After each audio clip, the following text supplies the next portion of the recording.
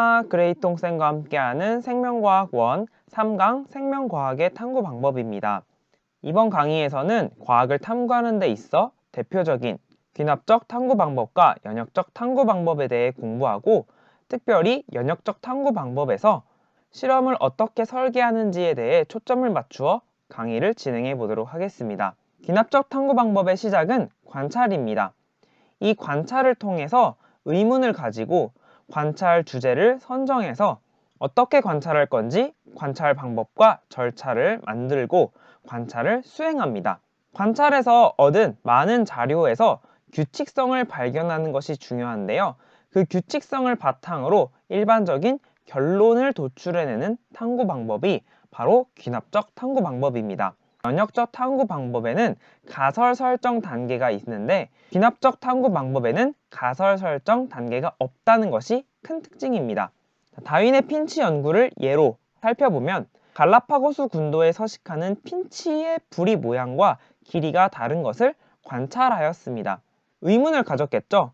그 의문을 가지고 다양한 환경에 서식하는 핀치의 부리를 관찰하기로 한 후 배를 타고 갈라파고스 군도를 답사하고 핀치의 생김새와 생태를 조사하며 핀치의 부리 모양을 스케치하는 방식으로 관찰을 진행하였습니다. 관찰 결과 서식 지역과 먹이에 따라 핀치의 부리 모양과 길이가 다르다는 결론을 내리게 되었죠. 이렇게 관찰을 통해 결론에 도달하는 귀납법을 알아두시기 바랍니다. 두 번째로 연역적 탐구 방법입니다. 마찬가지로 관찰이 시작입니다. 그리고 어떤 의문을 생성하죠. 여기에서 귀납적 탐구 방법과의 차이는 가설을 설정한다는 것입니다. 이 가설은 잠정적인 값인데요. 이 가설을 검증하기 위해 탐구를 설계하고 수행하며 결론을 내립니다. 이 결론이 가설과 일치할 경우 일반화 과정을 거쳐 법칙 또는 이론이 되겠죠. 가설을 수정하기도 하고 탐구 설계와 수행 단계에서 오류가 없었는지 확인해 보게 됩니다. 조금 더 알아보도록 하겠습니다. 자, 가설 설정 단계는 실험이나 관측을 통해 검증될 수 있어야 한다는 것입니다. 사람이 죽는다면 다른 세계로 이동할 것이다 라는 가설을 세우면 검증할 수 없는 명제이기 때문에 가설이 될 수 없겠죠. 가장 중요한 탐구 설계 및 수행 단계에서 실험 결과에 대해 타당성을 높이기 위해 대조 실험을 수행한다. 더 자세히 알아볼 거고요. 실험과 관련 있는 요인인 원인을 통제해야 한다. 그 부분 여러분이 알아두시기 바랍니다. 자, 대조 실험입니다. 자, 실험군 외에 대조군을 설정하여 수행한다. 바로 실험군은 가설을 검증하기 위해 의도적으로 어떤 요인을 변화시킨 집단이고, 대조군은 실험군과 비교하기 위해 변화시키지 않은 집단이다 라고 할 수가 있어요. 양의 전염병 예방을 위해 개발한 백신의 효과를 검증하고자 하는 실험입니다.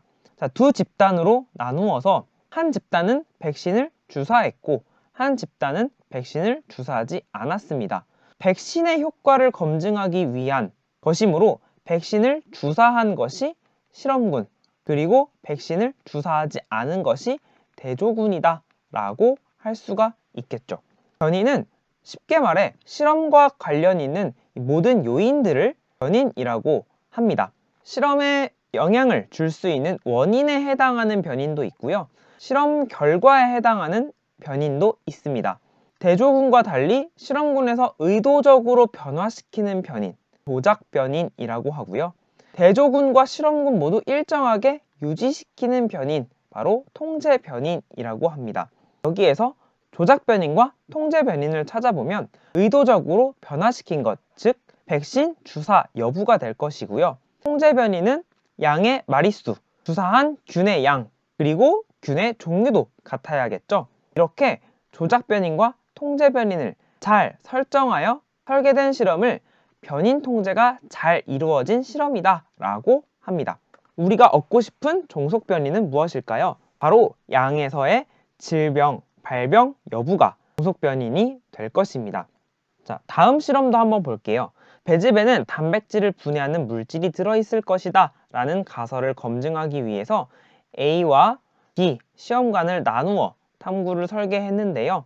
우리가 단백질을 분해하는데 이 배즙의 영향을 알아보고 싶으니 배즙이 들어가 있는, 즉 의도적으로 배즙을 넣은 쪽을 바로 실험군으로 잡아야 하고, 그리고 배즙을 넣지 않은 쪽을 대조군이라고 잡아야겠죠.